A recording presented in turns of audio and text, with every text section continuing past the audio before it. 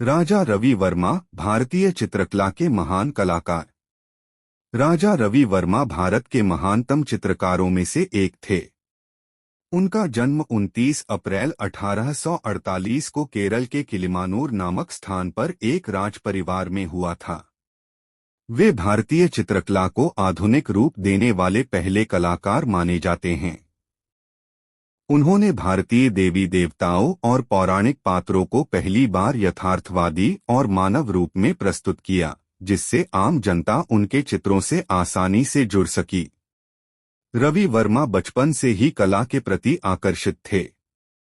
उन्होंने प्रारंभिक कला शिक्षा अपने चाचा से प्राप्त की और बाद में यूरोपीय चित्रकला तकनीकों को भी सीखा। उन्होंने पेंटिंग में ऑयल कलर, तेल रंग का प्रयोग किया, जो उस समय भारत में बहुत नया था। इस माध्यम से उन्होंने चित्रों में यथार्थ, गहराई और भावनाओं को अद्भुत रूप से प्रस्तुत किया। उनकी सबसे प्रसिद्ध कृतियों में लक्ष्मी, सरस्वती, द्रौपदी, शकुंतला, सीता हरण आदि पौराणिक चित्र शामिल हैं। उन्होंने हिंदू महाकाव्यों जैसे रामायण और महाभारत के कई दृश्यों को भी चित्रित किया। उनके चित्रों की विशेषता यह थी कि उन्होंने भारतीय सांस्कृतिक भावनाओं को यूरोपीय यथार्थवादी शैली में प्रस्तुत किया।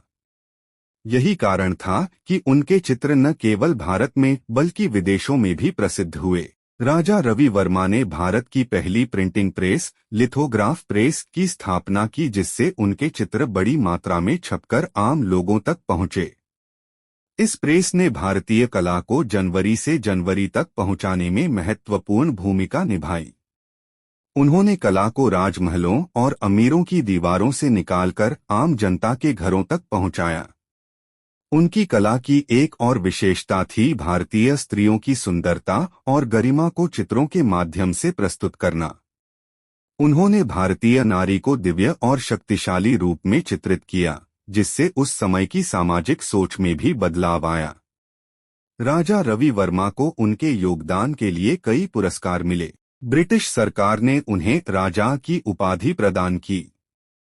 2 अक्टूबर 1906 को उनका निधन हुआ, लेकिन उनकी कला आज भी जीवित है और